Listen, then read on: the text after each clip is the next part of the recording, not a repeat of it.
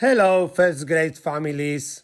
This is Senor Núñez, and I am excited to share that we will be taking turn reading aloud the chapters of the book Matilda by Roald Dahl. We were supposed to go see this play on our field trip, but since we can't do that, we would like to read the book to you. Listen to a chapter a day or whatever works for you. Sit back, relax, and enjoy. The reader of books. It's a funny thing about mothers and fathers. Even when their own child is the most disgusting little blister you could ever imagine, they still think that he or she is wonderful. Some parents go further. They become so blinded by adoration, they manage to convince themselves their child has qualities of genius. Well, there is nothing very wrong with all this. It's the way of the world. It is only when the parents begin telling us about the brilliance of their own revolting offspring that we start shouting, "Bring us a basin, we're going to be sick." School teachers suffer a good deal from having to listen to this sort of twaddle from proud parents, but they usually get their own back when the time comes to write the end-of-term reports. If I were a teacher, I would cook up some real scorchers for the children of doting parents. "Your son, Maximilian," I would write, "is a total washout.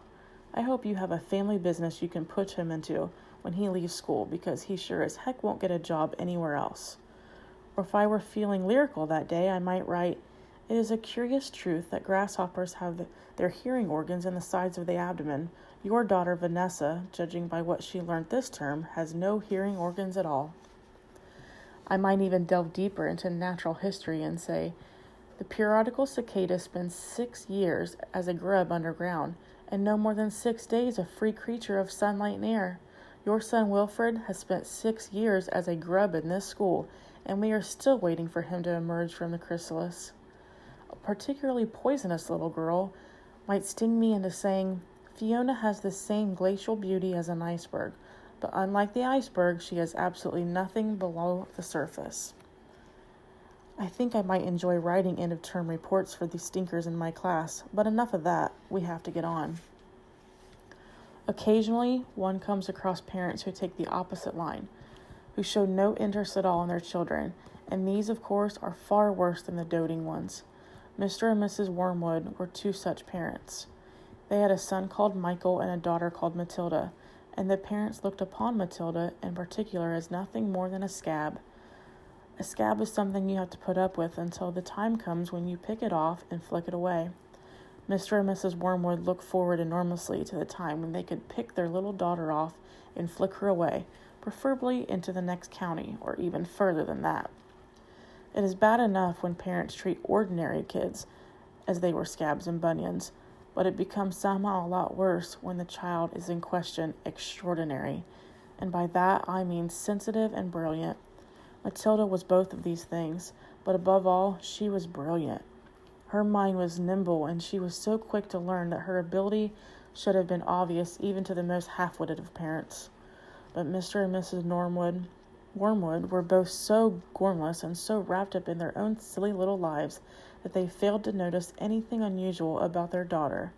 To tell the truth, I doubt they would have noticed had she crawled into the house with a broken leg.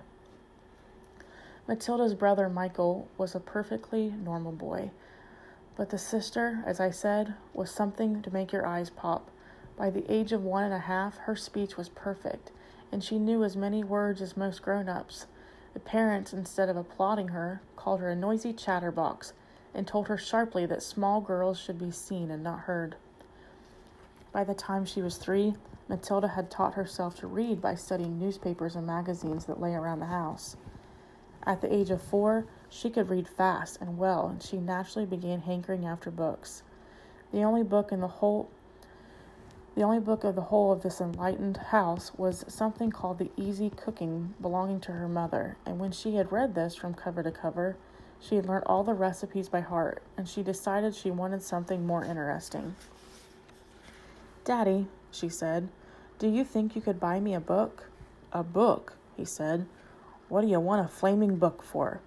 "To read, Daddy." "What's wrong with the telly, for heaven's sake?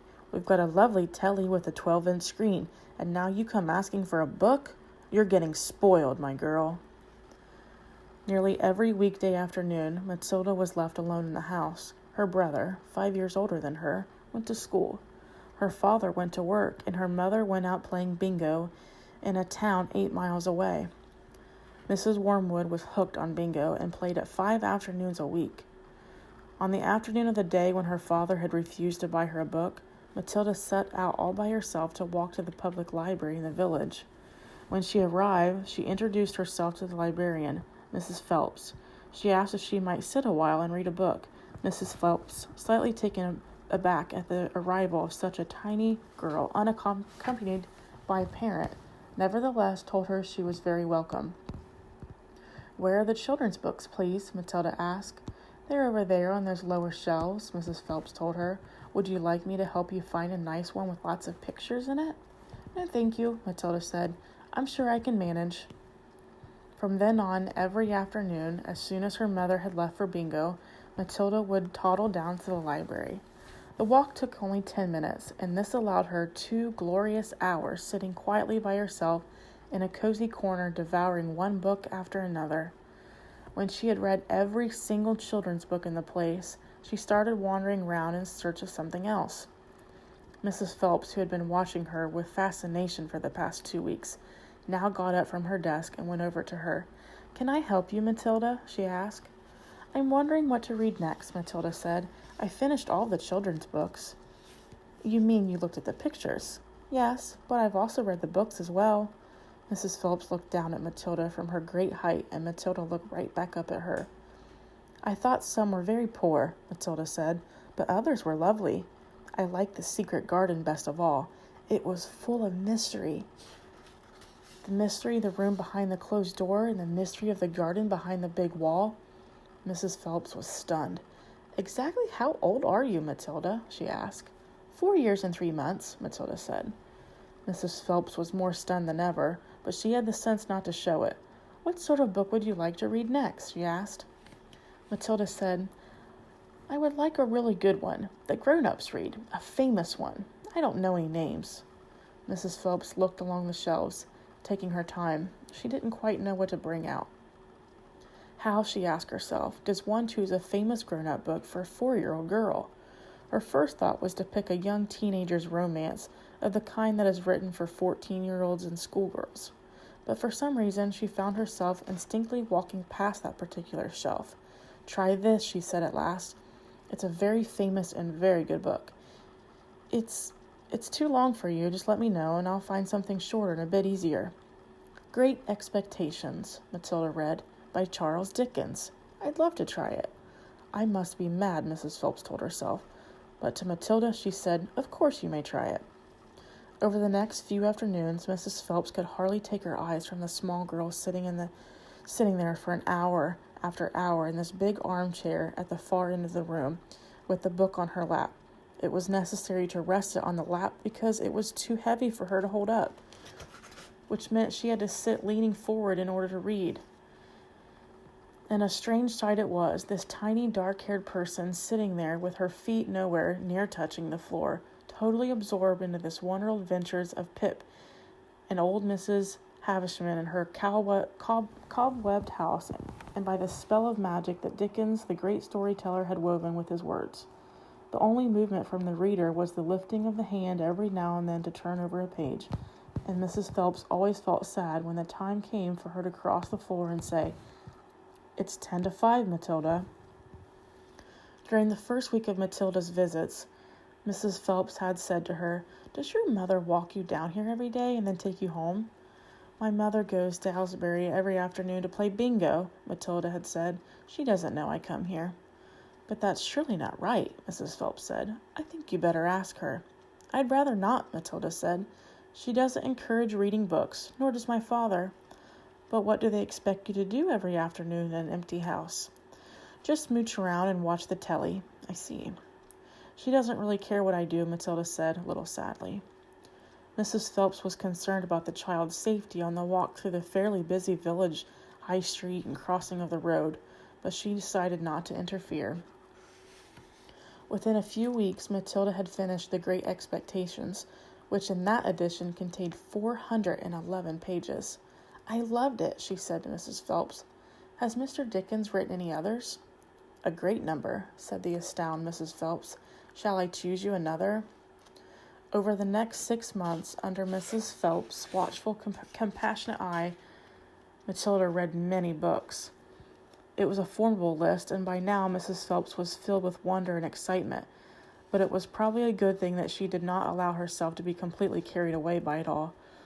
Almost anyone else witnessing these achievements of this small child would have been tempted to make a great fuss and shout the news all over the village and beyond, but not so Mrs. Phelps. She was someone who minded her own business and had long since discovered it was seldom worthwhile to interfere with other people's children. "Mr. Hemingway says a lot of things I don't understand," Matilda said to her, "especially about men and women, but I loved it all the time. The way he tells, I feel I'm right there on the spot, watching it all happen." "A fine writer will always make you feel that way," Mrs. Phelps said, "and you don't worry about the bits you don't understand. Sit back and allow the words to wash around you like music." I will. "Did you know," Mrs. Phelps said, "that public libraries like this allow you to borrow books and take them home?" "I didn't know that," Matilda said. "Could I do it?" "Of course," Mrs. Phelps said. "When you have chosen the book you want, bring it to me so I can make a note of it, and it's yours for 2 weeks. You can take more than one if you wish." From then on, Matilda would visit the library only once a week in order to take out new books and return the old ones. Her own small bedroom now became her reading room, and there she would sit and read most afternoons, often with a mug of hot chocolate beside her. She was not quite tall enough to reach things around the kitchen, but she kept a small box in the outhouse, which she brought in and stood in order to get whatever she wanted. Mostly it was hot chocolate she made, warming the milk in a saucepan on the stove before mixing it. Occasionally she made Ovaltine. It was pleasant to take a hot drink up to her room and have it beside her as she sat in the silent room, reading in the empty house in the afternoons. The books transported her into new worlds, and it introduced her to amazing people who lived exciting lives. She went on olden-day sailing ships with Joseph Conrad. She went to Africa with Ernest Hemingway and to India with Rudyard Kipling. She traveled all over the world while sitting in her little room in an English village.